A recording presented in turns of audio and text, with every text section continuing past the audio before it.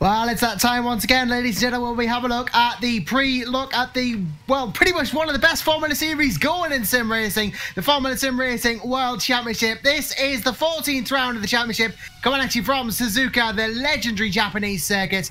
And what a race we've got coming at you today. There's rain on the horizon. It could really change things up a bit. Everyone's on the wet tyres as it stands, and there could be a driver's champion crowned today. Quite anything could happen, but the certainty in life is that I am Josh Anderson, and we do have Argo Teder on the cameras. And, well, we're going to be looking at the lead up to this race. Exactly what could happen, and, well, just having a bit of fun, really. Just looking at the race that's coming up ahead, you'll see there's torrential rain on the track at the moment. So, a rain race at Suzuka. One of the most demanding combos you can get, really. And, well, good thing we got the World Championship drivers taking it on, because these really are the cream of the crop, as we've seen all season. We've got some of the best drivers in sim racing racing it out to try and crown themselves Formula Simracing World Champion 2017. And, well, speaking of the Drivers' Championship going into this race looks pretty close to me.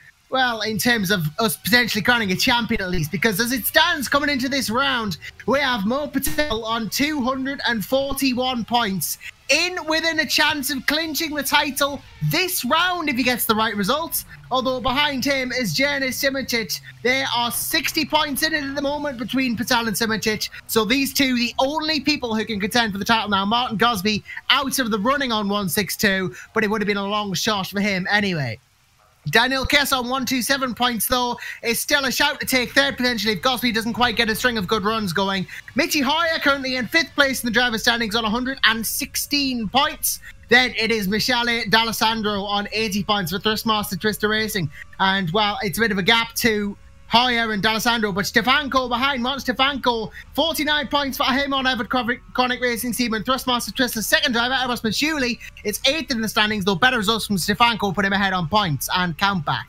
9th place is Lars Brugman for Stormcharge Vod Bull Racing, although I don't think Stormcharge are, well, yeah, Stormcharge are still in this championship. It's VB Madkip I'm thinking about, and Florian Becker, Flag to Flag Brame GP driver, rounds out your top 10 in the driver's standings. So, you know, round the bottom end of the top 10, you've still got fights going on to try and break into the top 5, but really could be Mo Patel's moment this race if he can walk away with the championship. To move on to the teams now, Musto Racing have pretty much got the team sealed up at this point. They're on 370 points to Flag Brames GP's 216. So if they haven't already clinched it, they've pretty much got it by this point. It would take nothing short of a miracle for Flag to win the Constructors' Championship now. And, well, Musto pretty much have that in the bag. They are, of course, second on 216. Go Speed Racing Team threatening second, though, on 198 points. So keep an eye on them. We could have a change for second come the season end. Then, of course, comes Avid Chronic Racing on 174. Again, very close. So, may not be close at the front, but further down the order, it is very close indeed. Thrustmaster Twister Racing on 129 points in 5th place. Then it's Stormcharge Vodbull on 59 points. Quite a bit of a gap then between 5 and 6. But then, just a few points behind is Netrex Grand Prix in 7th. So, Netrex and Stormcharge Vodbull are going to be having to go at it for the 6th place in the title, it seems. Ghostbean Engineering on 8th place on 45 points. Then Invictus Motorsports follow on 31 in 9th place. Born Twin are on 22 points in 10th. And of course, VB Madcape no longer participating this season in 11th. And Drillers Motorsport are 12. Still, apparently, yet to get points on the board. I'm sure they'll do it sooner rather than later. Because, well, you know, they've shown some promise here in the World Championship so far. And, well, I'd hope they can get some points before the season ends. So yeah, interesting championship permutations slicing up here, and it's at this time I'd like to welcome, we're speaking of Stormcharge Vodbull Racing, one of their drivers into the booth, Risto Cabot. Great to have you with us, Risto, of course. Quite a popular participant on the FSR pre-show, and well, things looking okay for you at the moment. I mean, 7th in the live standings, but this is Suzuka in the rain, so you never know what could happen. Hello, yes, I'm quite excited, but I unfortunately alone have a back of the grid penalty, so whatever good pace or feeling I have, it will be the most difficult race, or at least race start. Yeah, of course, starting at the back of the grid on a rainy Suzuka as well is never going to be easy. But, you know, being 7th, 8th in the standings at the moment in free practice at least, you know, it must give you some consolation that you're at least able to keep the pace to some of the guys at the top. Yeah, for sure. I expect points. There are many people who come on the server and they say, oh no, it's raining, but it has been forecasting rain for like a month, so I was sure it will rain, so I haven't prepared much, but I have only prepared rain. So yeah, I'm very happy to drive in the rain. It equalizes stuff. Usually in the dry I would be way off. So yes, I'm very happy, and I believe there could be some good results to be done. But of course, first need to finish. It will be very tricky to survive. Yeah, what's your thoughts on Suzuka as a track? Because it's obviously, it goes back a long while and it's such a great track as well. It's got corners like the challenging spoon curve, you've got 130R, you've got the Casio triangle. Some of the very difficult corners in racing can be found here, especially the S curves. That's going to be constant weight change in the car, going from one side of the car to the other. And in the rain, that's going to be difficult to contend with. Yeah, what can I say? Suzuka is one of the best. Maybe with Spa, it is the best track. It's flowing, it's nice, and especially with rain, you are always in the middle of some long corners, so you are always fighting and nibbling at the wheel, so it's very exciting. Only poor thing is that Rfactor2 so far doesn't have the wet weather so accurate. Usually in real life, if it's raining in Suzuka, you can take all the sweepers from the outside and you can use all the gradients of the track. And with this Rfactor2 at the moment, you still have to stick to the ideal line, so overtaking will be even more harder. But still, as a driving experience, it's the best track. It will be very fun to drive, even if there's no racing involved. But there will be plenty of racing, I'm sure. Yeah, plenty of racing and plenty of action as well. I've just seen back on the broadcast, James Sadler almost treated his car like a rally car around some of those corners, constant opposite lock. And that's how tricky it is, Risto, in the rain here in these cars, especially because it's coming down so hard. Yeah, actually I watched him as well. You can see that, well, he usually drives aggressive as well, but you need to have a bit of a wet setup. You need to have quite a lot more understeer, and you can see that maybe he has not done some homework with the wet setup, so he has lots of oversteer, and you can maybe get a few fast laps in like that, but you cannot keep it straight over a whole course of the race. That's impossible. So he definitely needs to adjust the car a bit and take it more easy, not do that much changing of steering input like he is now. Yeah, of course. I've been watching more Patel, of course, the championship leader. He's a lot more smooth, as you can see. A lot less twitches in Patel's style. And I guess you could argue, you know, in rainy conditions, that's what's really helped him, you know, this season, just keeping it nice and smooth. And it's what's helped him to take the lead of the Drivers' Championship so dominantly with three races to go. Yeah, for sure. And in the past, in the rainy races, I remember, I think in Bahrain, the first race, he won as well.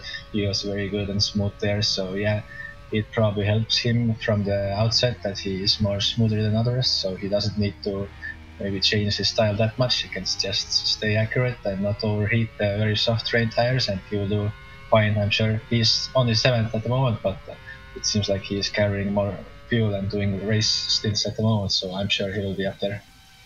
Yeah, we'll be up there. To be honest, though, Mo Patel doesn't exactly need to push very hard this race because, as we said before, going into this race, he's 60 points ahead of Jurnej Simracing, and there are 75 points left on offer. So Simracing pretty much has to win every single race this season, and Patel would then only have to score 15 points total. In fact, as it stands, Mo Patel can wrap the title up, the driver's title, in this race. There's a variety of ways he can do it, but if Jurnej Simracing takes the win, all Mohamed Patel has to do is finish 3rd. If Simracing finishes 2nd, he has to finish 6th. So, you know, he can be in this top 5 and he's probably going to be very safe. I mean, you look, if Jurnej Simracing doesn't finish in the top 5, Patel has the title anyway. So, regardless of whether he scores points or not, he's pretty much hoping that Jurnej Simracing doesn't have quite as good a race here. And, well, he's currently pretty much 2nd in the standings at the moment in free practice. So, he's going to have to hope for top 3, you feel? Yeah, well, I don't know if only that title matters everything to him. Maybe it would be natural for him to want to win the races and to beat Simracing on track, so I'm sure he won't be changing his approach. You cannot change your approach to just not give 100%, then you will lose out eventually big time. You need to always be on it at all times. So yeah, maybe he will not do some aggressive moves. I'm sure Jurnej has to attack much more, but again, whole season Patel has taken it easier, so I think he will just keep on doing what he has been doing, and that's the most secure way to get the title in the end. Yeah, Simracing, we can see on the stream as well, is just giving it the full beats. He's got a lot of opposite lock going as well, a lot like Sadler. Not quite as aggressive, but you can definitely see him having to constantly correct where the car just wants to slide out. He's just keeping the opposite lock going nicely there and keeping a very strong hold on that car. So he's going to be tough competition for Patel today.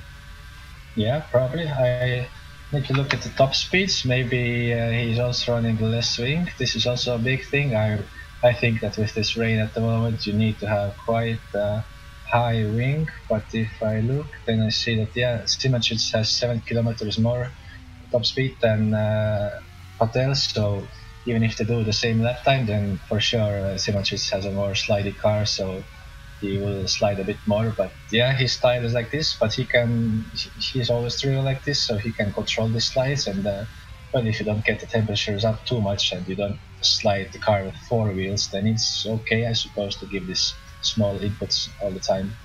And he's actually doing consecutive laps as well, so he's not on full quali fuel, so for that the time he's doing is very good, so I expect him to be very fast, faster than in Singapore.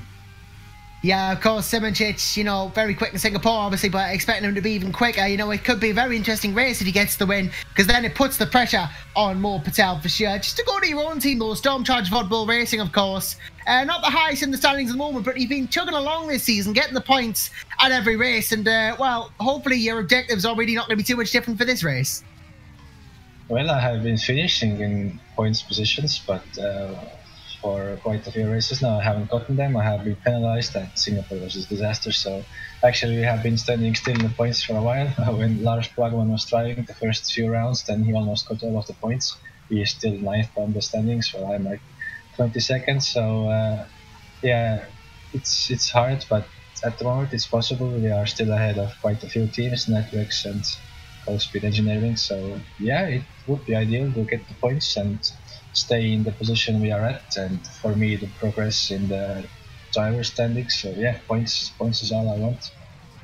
Yeah, just go on and really keep getting the points at this point and try just to catch up with the other teams in the standings. Of course, you know, not as high perhaps as you would have hoped maybe to be in the team standings at the moment. I mean, going back into the points aspect of it, you know, you are quite reasonably far up the standings. You're in about in the middle. Again, as we said before, you are in 6th place on 59 points. There's a big gap to Twister, so perhaps maybe the focus is going to be defending the places from the likes of Netrex and GS Engineering?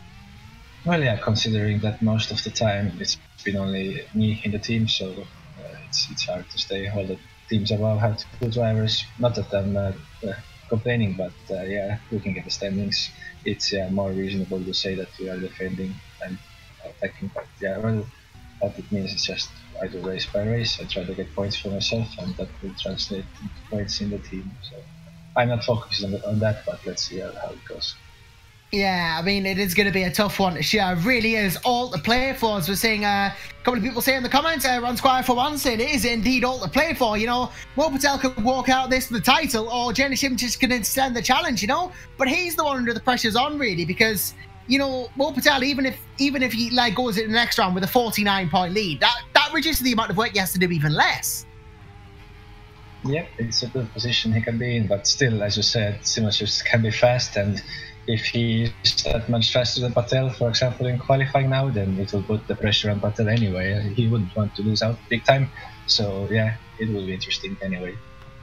Yeah, it is going to be a very interesting one. I mean, Suzuka obviously lent itself to good racing anyway, but, you know, for the season having gone by, it's like, obviously the pre-show hasn't started at the start of the season. If it had, I'd be able to do a full recap, but, you know, just looking at the season as it's gone by, you know, it's really been an interesting one. Like, Patel to have gotten pretty much as many wins as Simracing could still walk out with. If Simracing wins every race, they'll come out on the same amount of wins, 7-7.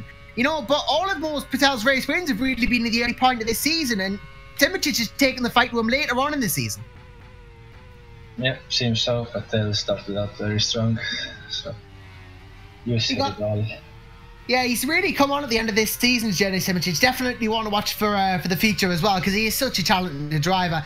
And, well, a look down, you know, at some of the drivers, Martin Gosby, you know, he's had his moments as well. He got a win at Britain, and, you know, it's kind of been a sort of, he's always been there or thereabouts, but he's never actually managed to really ultimately catch up to the likes of Simracing and Patel. Though if he has a good couple of races, Gosby could still take second overall, which would be quite something.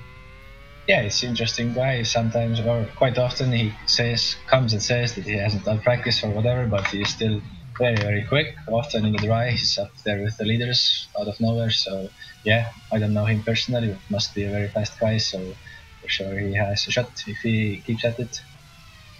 Yeah, really just, you know, keeping at it sometimes, that's what it's all about. And, well, in Gosby's case, you know, he'll be going for that second place in the World Championship, and, well, I'm sure that Jerry Simracing will be trying to defend it while at the same time keeping his title hopes alive. A bit of an unenviable situation for Janis Simracing then, but ultimately he's managing to deal with it, and, well, let's see if he can't keep his title hopes alive coming out of Suzuka. Yeah. But okay, I will be missing qualifying anyway, so I have now 15 minutes to practice for the race, so I'll go get used to not crashing it now. So, well, I think that's a good idea. Good job on that one, Risto. Good luck to you indeed, and, well, let's hope your race goes well. Thanks, bye. Well, Risto capped it there, of course, for Stormcharge Vodbull Racing. Come and have a chat with her, and well, it's always nice to talk to Risto. It really is, you know, such a brilliant person to talk to, really entertaining. And, well, I'm sure Risto's race will be going quite well, and he'll have his eyes on getting points today, and, well, I'm sure he'll want to get more points into that bank account for Stormcharge Vodbull Racing. And, well, to be honest, I hope he does as well. He's a great guy. So, well, he's going to have it hard pressed though, with the likes of Martin Stefanko going fastest in the practice session. Stefanko's actually just 1:43.3. That's 2/10 up on, well, Simracing's best, but then here comes Sander Callas to go 2/10 faster himself. So, you know, it's very competitive at the top here, even in free practice. We got guys going faster and faster than each other. I'm noticing, though, I'm just looking here so far, Patel's a whole second down on the likes of Callas and Stefanko. Janis Simracing is about 4/10 up. So Simracing really, with all to play for, obviously the circumstances considered, he's the one who's really got to watch out this race, because he needs to outscore Patel by enough. Just winning the race isn't going to be enough. He's going to have to rely on Patel being third or lower. So really, all of the pressure is on Janis Simracing this time around, and I'm sure that he'll be feeling it. But ultimately, he is a talented driver, as we've seen. He's taken quite a few wins this season, so I'd expect another good result from him. To go back to Suzuka as a track, though, it is such a legendary venue. I mean, we're having this race here in FSR, but it helps just to really look back at how long this track's been going. It was opened in 1962, and it's held loads and loads of events. It's held the Japanese Grand Prix, it's held endurance events, it's held Super GT, World Touring Car Championships. Even the D1 Grand Prix series has been here. Really, it is a jack of all trades when it comes to circuits. But, you know, it's such a good track. And, well, 130R as well, one of the most infamous corners. And it's just such a fast corner. I mean, in Formula 1 cars, like these FSR cars, you can take it pretty much flat out, but obviously not in the rain as such. But, you know, this fast corners like the spoon curve, you got turn 1 as well. You got the S's, those are difficult in the rain, constant weight transfer. And you've got the Degner curve as well, Degner 1 and Degner 2 going into the hairpin. It just flows so well. The only track as well, I believe, one of the only tracks on the in the world, and the only track on the calendar that uses a figure 8 layout. It goes over itself. And of course, that is at the Degner curve and Degner 2. You go under the bridge, you go over it again, going on at 130R. It crosses over itself, and it's very, very interesting to have that in a circuit. But, well, Suzuka in its own right, a brilliant place, and, well, I just can't wait to see who's going to win it, you know? It's a great circuit, and whoever wins here, as we saw with Bristol Cabot, people really like it. And, well, last year, of course, the winner was Daniel Kiss, taking the win then in 2016. But this year is this year. 2017 is the year, and, well, Mo Patel may have won to win it, of course. It would secure the championship, but he only needs to really worry about being in the top 3, as we say. Simracing was second last year here, actually, but, yeah, he knows his stuff, obviously, and, well, Simracing only finished about 7/10 down on Kiss at the end, so he knows this track well. Martin Stefanko as well finished third last year, so another driver who knows the track well, and he's up there in the standings, so keep an eye on him. Mo Patel was actually 4th here last year for Mustro Racing, so, you know, again, we're expecting these guys to be at the top.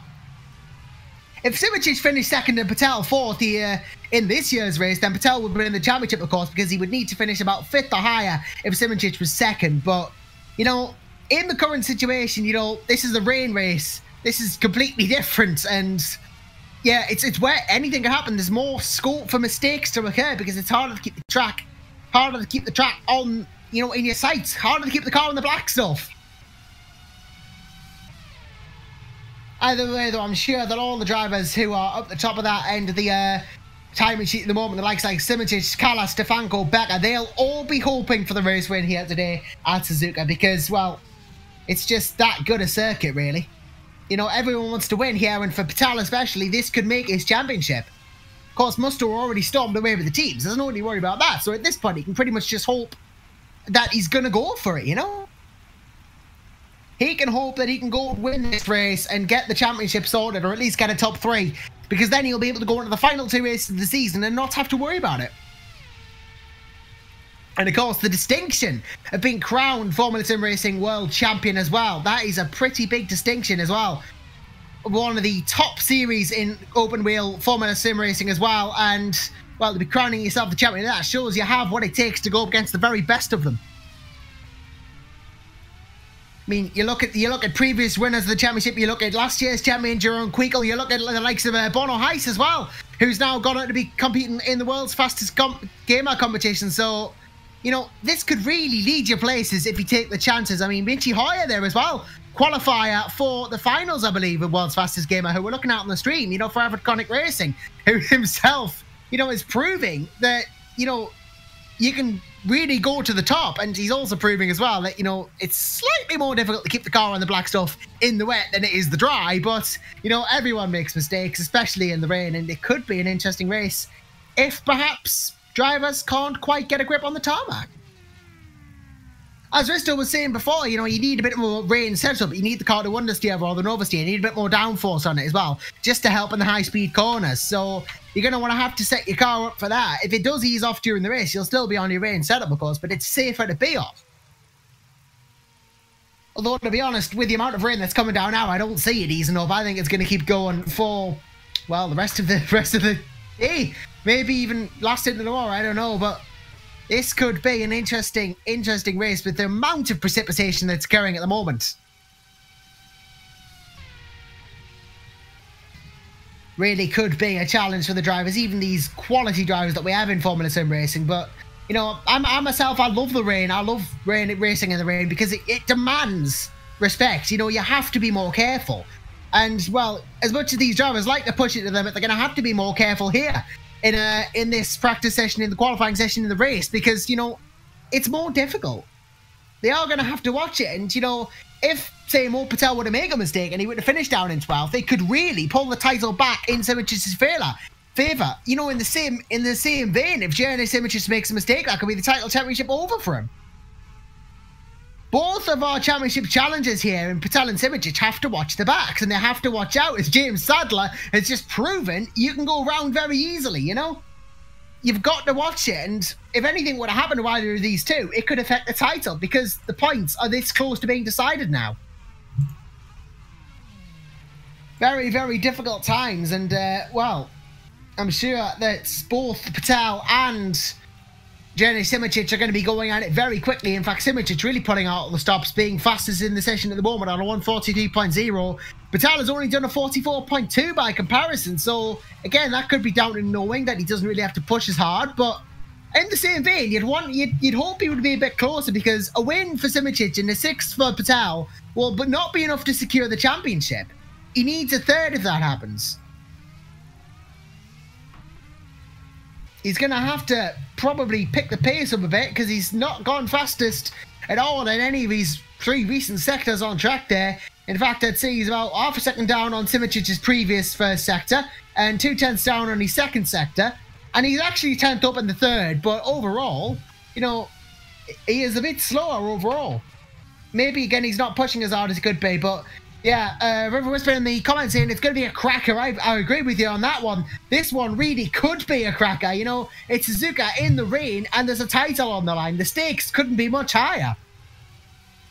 This one is indeed going to be a fantastic race to watch. I believe that. And, well, you know, obviously you say championships coming to a close, but just being able to see how this race is shaping up before it is great. Like, I mean, you're watching these teams and drivers in the final moments of free practice, just 5 minutes to go or so now, and they are really pushing it to the absolute limit here, you know, in order to find the ultimate strategies. You know, they'll be doing strategy work in free practice. They'll be working on things like that. They've done some before, obviously. But they'll be working on things like strategy, qualifying pace. They'll all be doing this in free practice. It's what it's there for, to really refine the details of your strategy and your setup and all that. So this is really the final moments for the drivers to get it right, so to speak. and this is the last chance that they're going to have to, you know, dial in the correct settings and make sure they are mentally and physically prepared for the race that is going to go on ahead of them, because it is a tricky one for our top two, as well as all the drivers. I know we keep talking about Patel and Simracing, but there are battles to be had in the top three as well. You know, Martin Gosby, he could go for second if he has a good final three races. Daniel Kiss is still going to battle out with Mitty Hoyer for fourth and fifth. D'Alessandro's going to try and hold off Stefanko, and, well, Erasmus Schuley's in there as well. Lars Brugman, Florian Becker, all fighting for positions. So there is a lot of fights to be done on track, even if it's for the lower positions on the track. You know, we go down to the likes of 18, you know, likes of 18th place. You have the likes of, you know, drivers who have not been scoring the points as much. They are still battling for track position and position in the standings. So there is a lot to play for, even if you are not Jenny Simracing or Mohamed Patel. There's still so much to talk about as well. Michele D'Alessandro's just done a personal best on a 1:43.6, so moving himself up the order. Lucas Schmidt has also done that as well, but he's stepping in for John-Eric Saxon. So Schmidt as well, a 1:45.5, one of the slower times, of course, but sometimes in the rain, it's not about how fast you are, it's about getting it to the end and being consistent and being able just to get there, you know? Get to the end of the race. That's what it can be about, because sometimes points can be earned as easily by getting to the end as they can by actually winning the race and, well, getting in the higher end of the points or being quick, because, you know, if people go around you, go off, you can capitalize on that. You can gain positions.